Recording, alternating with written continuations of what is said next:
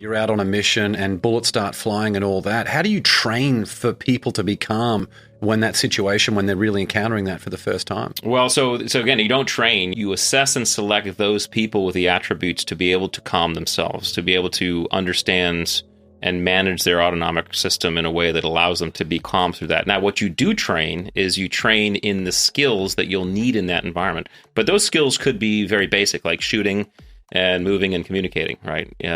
And what happens, and what units like that often do, is you train those skills to the level of mastery. In other words, you train to the level of you don't have to think about doing them. And it's not because necessarily, they're Navy SEALs, they have to be masters. It's because once you get to that level where you don't necessarily have to think about it anymore, you've just freed up your mind from a lot of space, or given it a lot of space to now navigate the uncertainty of the environment, right? And that's really what it is.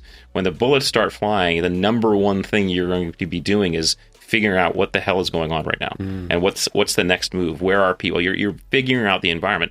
The shooting back, the moving, and all that stuff, that's secondary. And so you train so that those skills are secondary, so that you're freeing up your conscious mind to actually deal with the uncertain environment. Are there core components of achieving mastery, or is it a very different approach depending on what skill that you're actually trying to learn? Boy, that's a great question. I would say the components would probably be dependent on what you're trying to master. But I think at a base level, to master anything, you have to take it down to the fundamentals. And so whatever the discipline you're trying to master is, you have to figure out what the fundamentals are first, and get really good at those, and kind of use this old the old adage in the SEAL teams: slow is smooth, smooth is fast.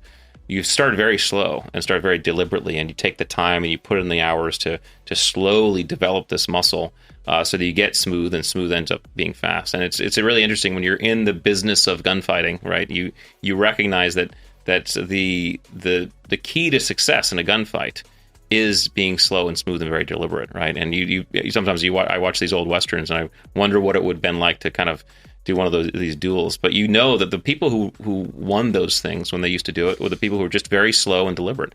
Because if you go too fast, you're going to miss, you know. And so I think it's the process of just doing that helps manage your thinking in a way that actually is very conducive to success.